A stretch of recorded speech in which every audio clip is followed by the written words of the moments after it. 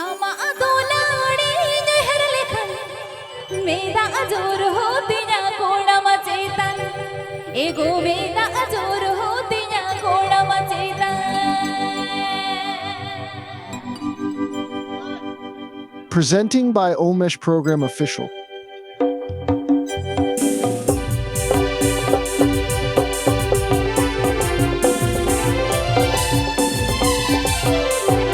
Subscribe my YouTube channel. आमा दोलाडी नहर लेखन आमा दोलाडी नहर लेखन मेदा अजोर होती ना कोणा मचेतन एगो मेदा अजोर होती ना कोणा मचेतन.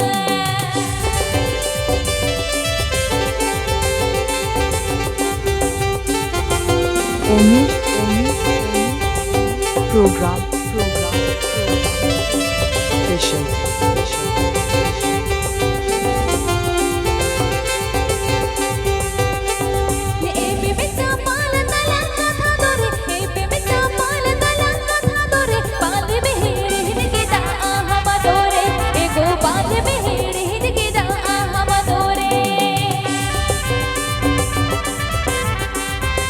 Apipe Ajumda Olmesh Program Official YouTube channel are selling.